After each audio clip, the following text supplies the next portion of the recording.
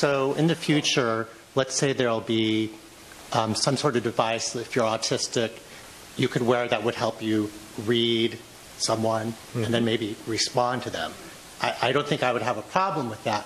But what happens when all of us, or everybody has a device like that, and we're able to read each other and respond to each other?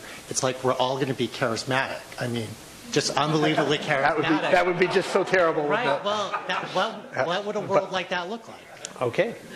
Fabulous question. It evokes a lot of different ideas from me, so I'm going to try. I know we're running out of time, so I'm going to address that as quickly as I can.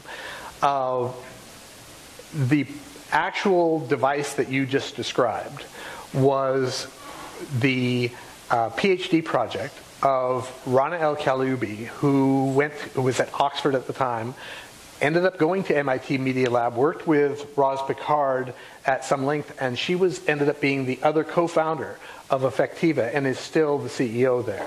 She's a major leader in this field and actually developed what was at that time called the mind reader, but it ended up leading to some of the technology that they use today to be able to read emotion.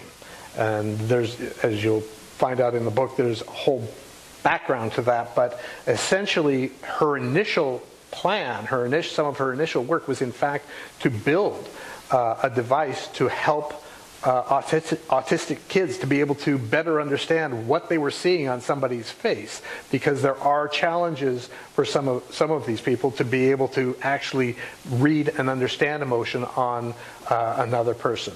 So that's one little piece that you made me think about.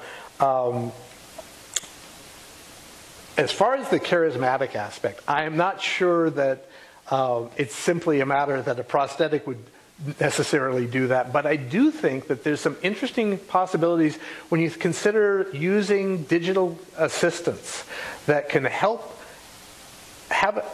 a certain emotional awareness and can kind of help guide your day-to-day life. We have a whole series, all of us, whole series of cognitive biases that we hopefully some of us deal with better than others, but sometimes we make some bad choices. Human beings just by nature make bad choices at times. And some of these are led to by certain ways of slightly faulty logic that we follow.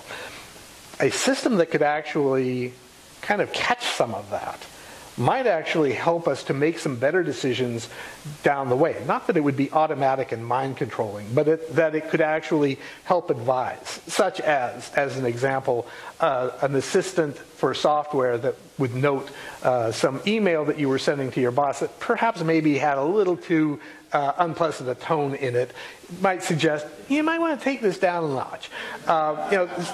These are ways that some of this technology could potentially be used.